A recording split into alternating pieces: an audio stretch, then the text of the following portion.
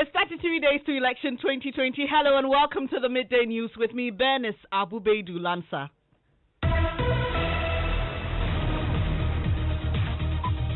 Anything that your political party is doing which is not in the interest of the common good of the nation, reject it. Speak against it. This is your election headquarters. This bulletin is coming to you live from Joy 99.7 FM in Accra at digital address GA0993341. Also live on Love 99.5 FM in Kumasi. Affiliates across the country including ATL FM, Cape Coast, Radio Max, Takrade, and around the world at myjoyonline.com. Coming up, police administration warns it will not entertain any breach of the peace as it prepares to deploy more than 52,000 fully armed police officers across the country for next month's presidential and parliamentary elections. We'll hear from the IGP. Meanwhile, tension is building at Amenfi East constituency in the Western region following what the NDC says is an assassination attempt on its candidate there. Who is Nico? We are going to kill him tonight. And when he heard that, he was scared. He looked at his time and it was around 3 a.m. We've got details of that, and former President Mahama calls special prosecutors bluff, challenging him to proceed with investigations on his alleged involvement in the Airbus scandal.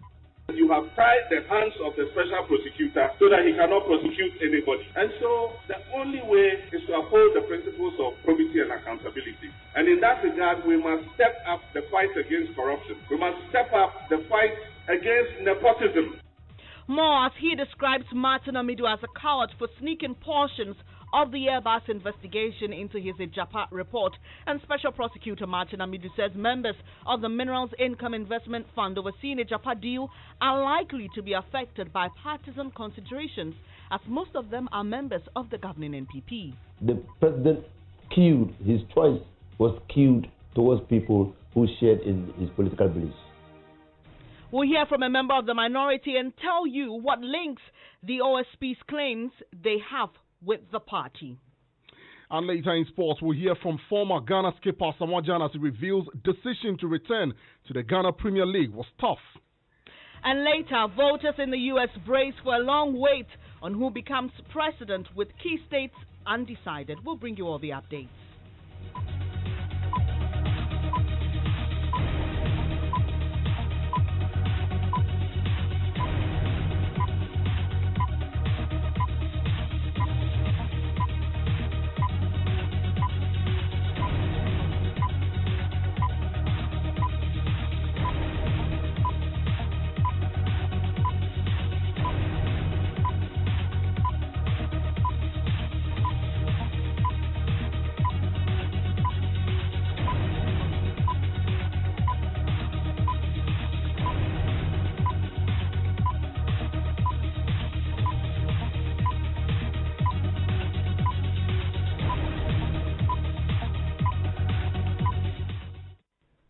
Thanks for your company. The details now. The police administration is warning it will not entertain any breach of the peace we enjoy in this country as it prepares to deploy more than 52,000 fully armed police officers across the country for next month's presidential and parliamentary elections.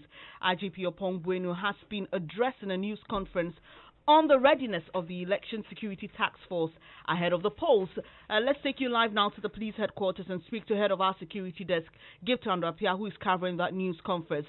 So, Gifty, more than 52,000 officers are going out. What's the strategy?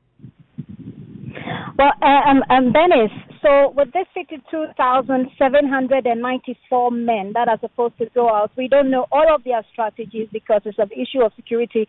But what we know is that all these men will be deployed in their official uniforms. But there is a new introduction, which is that these men will have distinctive armbands on them. For those who will be deployed, that these armbands, if then you go out to vote and you have anyone presenting himself as a security personnel for the election, you need to look out for that particular armband. And the description of this armband, we are not told. We're told that it will be described, it will be given to us on election day to prevent unscrupulous duplication as to be expected. Next on the list is that the BNI and the CID officials involved in this operation or this election will be invincible, as he puts it, which means they will not be marked out. They will not be in uniforms. They also tell us that there will be standby guards who will be deployed with support from the Ghana Army. So the police tell us that they've learned some lessons from the registration processes, and that is not to underestimate incident-free areas. So although there will be a focus on hotspots, there will not be any single police station without at least one armed officer. Motorbikes will not be allowed more than 100 meters from any polling station because we've been told that from experience, ballot snatchers usually use motorbikes. The members of the public are expected to have a response for their distress calls in 15 minutes at least, depending on the situation they call for, and that there will be channels for rapid response, and that will be communicated on the day of election for people to know what to do when they witness electoral violence or any electoral malpractice. Gifty, I'll come back to you shortly, but let's hear the IGP. Ladies and gentlemen, we are approaching all polling stations as potential flag points. However, we have identified 6,178 flag points nationwide. The flag points were decided based on a number of factors, such as incidents recorded in previous elections, this year's voters registration exercise, and crime rates and other factors related to those census. As a result, our approach in these areas will be slightly different from other areas. Saturated patrols and standby forces may be visible to prevent any mishap. Hotspots and strategies for handling them will be reviewed based on emerging trends or issues. That's the IGP, Mr. James Abu-Baidoo. Gifty, back to you. There have been attacks on MPs and parliamentary candidates during this campaign period. What's the plan to address that growing issue? So there's a task force that was set up in 2012, and for that particular election, we're told by the police that this particular task force is still at work and has been looking into some of these electoral violence cases or any related electoral case that has come to them. We've been asking for specifics on, for example, the Hawa Kumsin case where she admitted to firing gunshots at a registration center. They tell us that those will be given to us in quarterly meetings. But the point that the police make is that there are several cases that are being pursued in court, and sometimes they're unable to put the details. So they tell us they recorded about 204 electoral offense cases, and out of that, they have arrested 310 people. 120 of these cases are currently being investigated, and so far they've secured 20 convictions. What they do tell us also is that sometimes the people themselves involved in some of these cases have withdrawn and gone into mediation. They've gone to settle the matter among themselves. And usually when it's a misdemeanor, they leave it as such. They don't follow up on it. But the specifics of some of these cases that you've raised, you're asking questions about, Bernice, they say are being investigated. As you know, the police would usually do. They are not giving out specifics except the numbers of convictions and the number of cases they are investigating currently. Finally, Gifty, 52,000 officers going out to focus on the elections. What happens to security in other aspects of our lives? Of course, Bernice, we have much more police officers than this number that will be going out. Again, out of this 52,794 officers that we have, it's not just the police officers.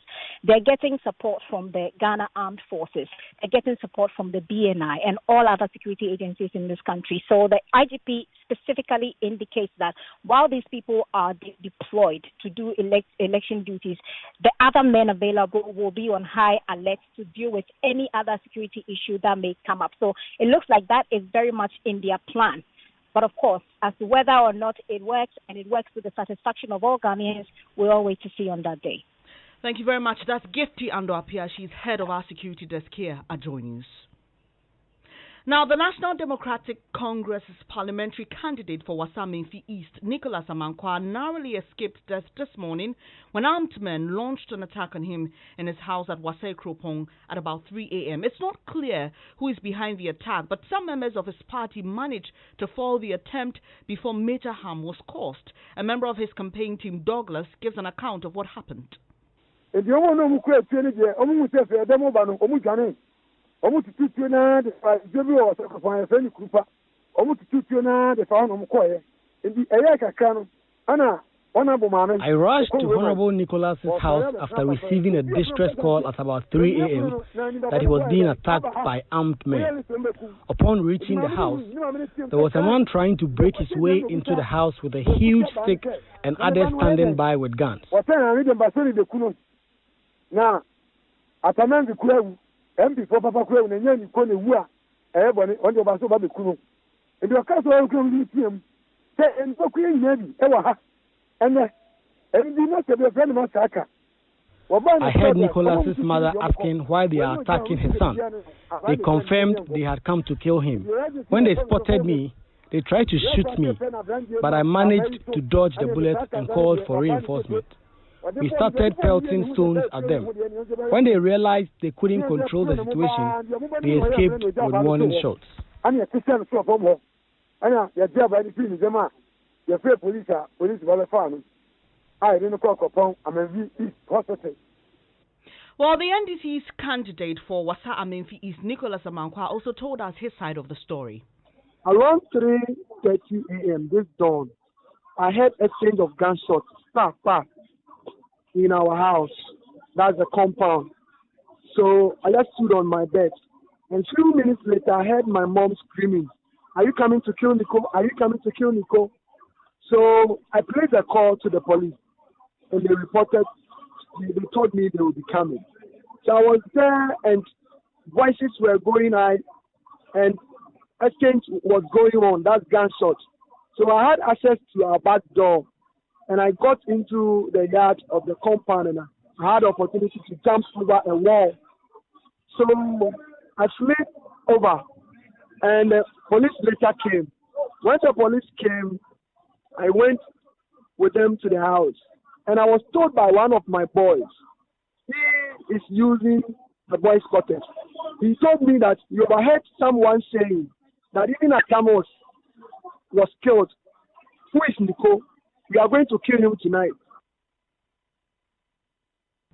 You heard there the NDC's parliamentary candidate for Wasa Amenfi East, Nicholas Amankwa. The Wasa Krepon police has since arrested one suspect who is aiding in investigation.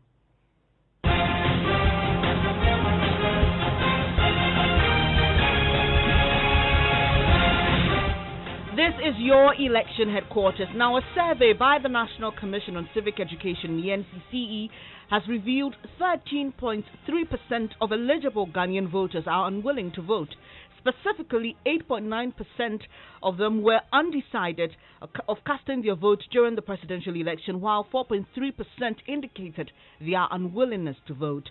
The results were reviewed in Accra at the launch of the report titled Matters of Concern to the Ghanaian Voter. Here are extracts. According to the report, Western Region recorded the highest percentage of undecided voters, comprising 15.7% of all respondents in the 16 regions in Ghana. Respondents who are unwilling to vote gave varied reasons for the unwillingness. 14.5% of them said they did not see any development in their areas after voting, hence their decision. 19.6% indicated their inability to acquire a voter's ID as the reason for the unwilling vote, whilst 31.6% expressed their lack of interest in voting. Again, 12.3% of undecided Ghanaian voters pointed out a lack of voting as the reason for their indecisiveness. The remaining 15.2%, however, specified their lack of trust in political parties as the reason they are unsure whether they would vote in the upcoming elections. That was a News Desk report.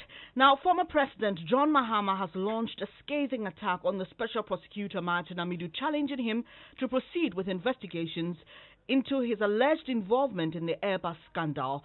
The former president described Mr. Amidu as a coward for sneaking portions of the Airbus investigation into his Ejapa report in a bid to equalize wrongdoing. We'll hear from him shortly, but Joy News editor Fred Smith joins me with details of the Special Prosecutor's comments on the Airbus scandal. So, what did the Office of the Special Prosecutor say about the identity of the elected government official one? Well, Bernice, the OSP says it has established the identity of the elected government official one in the Airbus SE scandal as former President John Dramani Mahama. According to Martin Amidu, the only reason for former President Mahama has not been the reason why the former president has not been invited for interrogation in spite of all the threats from some of his followers and lawyers is the fact that he got himself an insurance as the presidential candidate of the other largest political party in Ghana. And he says, we do not know if the special prosecutor has reached out to him as part of that investigation yet. We know that former president has been making comment in the media on this matter. Does the special prosecutor indicate whether he's taken any statement from Mr. Mahama on it? No, according to Mr. Amidu, former President Mahama has, as of now, has not offered to make any voluntary statement to his office, despite the numerous comments he made or he's been making about the Airbus scandal in the media. Now, while addressing students at the University of Ghana yesterday, Mr. Mahama called Mr. Amidu's bluff, challenging him to proceed with his investigations if he had any basis for saying. Because he was a coward and he knew that they were going to discuss Ijapa, so put a paragraph on Airbus to equalize the discussion. I mean, what stupidity is this? You know, because you are investigating Ijapa. Present a report on Ijapa. Why? Because you know Ijapa is going to be discussed. You've indicted the president's cousin as finance minister, and you are afraid that you are presenting only a report on Ijapa. So in the Ijapa report, put some other reports that balance the equation. I thought he was man enough. Come out. The point is, you say I'm the leader of a political party. I say, if you have a legal basis for investigating me, go ahead and investigate me. There's been a DPA, a deferred protection agreement. You're not a party to it. You don't know who are involved in it. They've identified some people in it. You don't have an authenticated agreement from SFO or from whoever is involved in it. And you say, I surmise that government of Shawan is so. Somebody is so. On what legal basis are you proceeding? But you see, the thing is, his office is important because the investigation they did on Ijapa is not a surprise. We knew already that it would be shaded with corruption. Former President John Mahama, let's stay with the office of the special prosecutor because Mr. Martin Amidu says some members of the Minerals Income Investment Fund who will oversee the Ijapa deal are likely to be affected by partisan considerations. He explains their membership of governing New Patriotic Party makes the perception of probity, transparency and accountability very low. These comments are contained in the Corruption Risk Assessment report he issued, which has resulted in President Akufo-Addo directing that the deal be returned to Parliament. That's more in the following report. The special prosecutor says Yao Ba represents the Minerals Income Investment Fund, which is the beneficial owner of the royalties company, Ijapa. Mr. Amidu says an intelligence review revealed that Mr. Ba was appointed as the chairman of the research committee of the governing NPP in April 2019. Mr. Amidu says the man previously served as NPP MP for Kumau between 2005 and 2009. George Miracle Duka is next. He's the NPP MP for Takwa in Swayem and is the chairman of the Minerals Income Investment Fund. The special prosecutor further mentions one Felicia Ashley, who is said to have previously worked at Databank. Mr. Amidu says Madam Ashley currently works at the Finance Ministry with responsibilities that included the evaluation, selection, and appointment of transaction advisors for the Ijapa deal. The special prosecutor says her nomination as a beneficial owner and director of ARG Royalties Ghana Limited is therefore not conducive. He concludes that these individuals are likely to be affected by partisan considerations.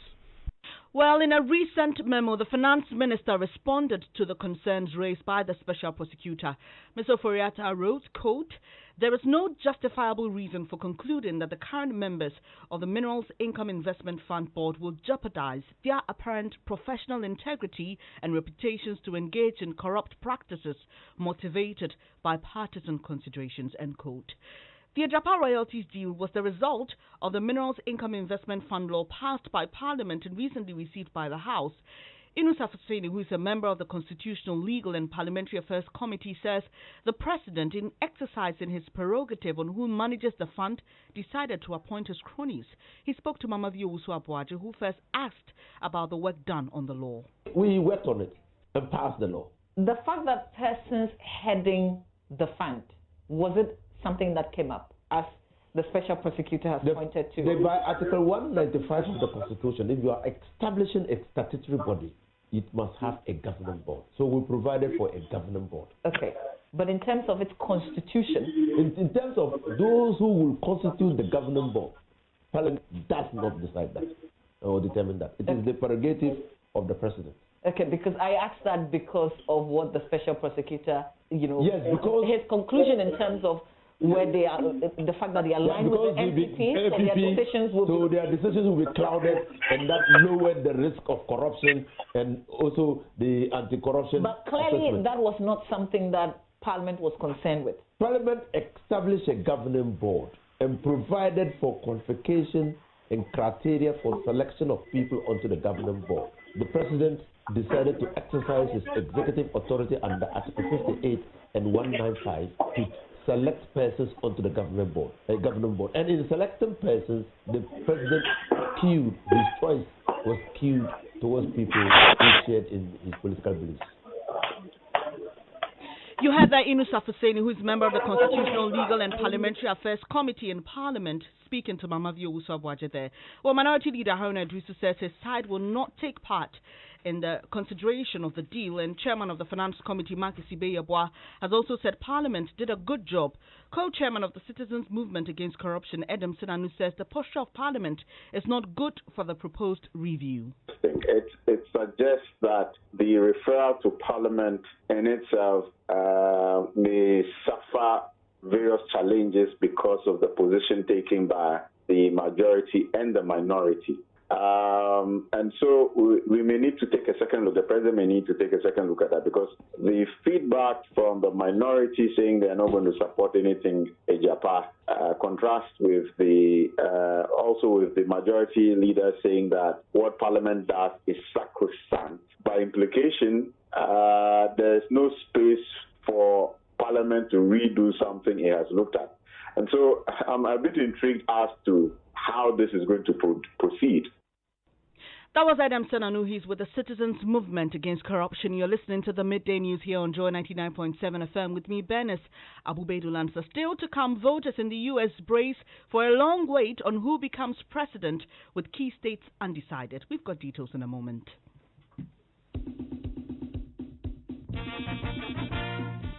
John Mahama has a solid track record of investing in the health of Ghanaians. He built ultra-modern hospitals such as the Ridge Hospital, University of Ghana Medical Center, Bank of Ghana Hospital, Maritime Hospital, as well as many district hospitals, polyclinics, and CHIP compounds.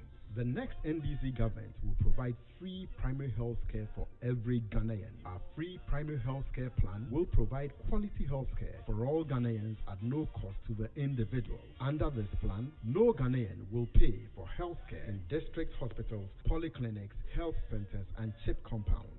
Free primary health care will eliminate cost barrier to health care and guarantee all Ghanaians universal access to quality health care. You will not need a national health insurance card to benefit from free primary health care. John Mahama, provider of massive hospital infrastructure, is ready to deliver free primary health care to all Ghanaians. Vote John Mahama. Vote NDC.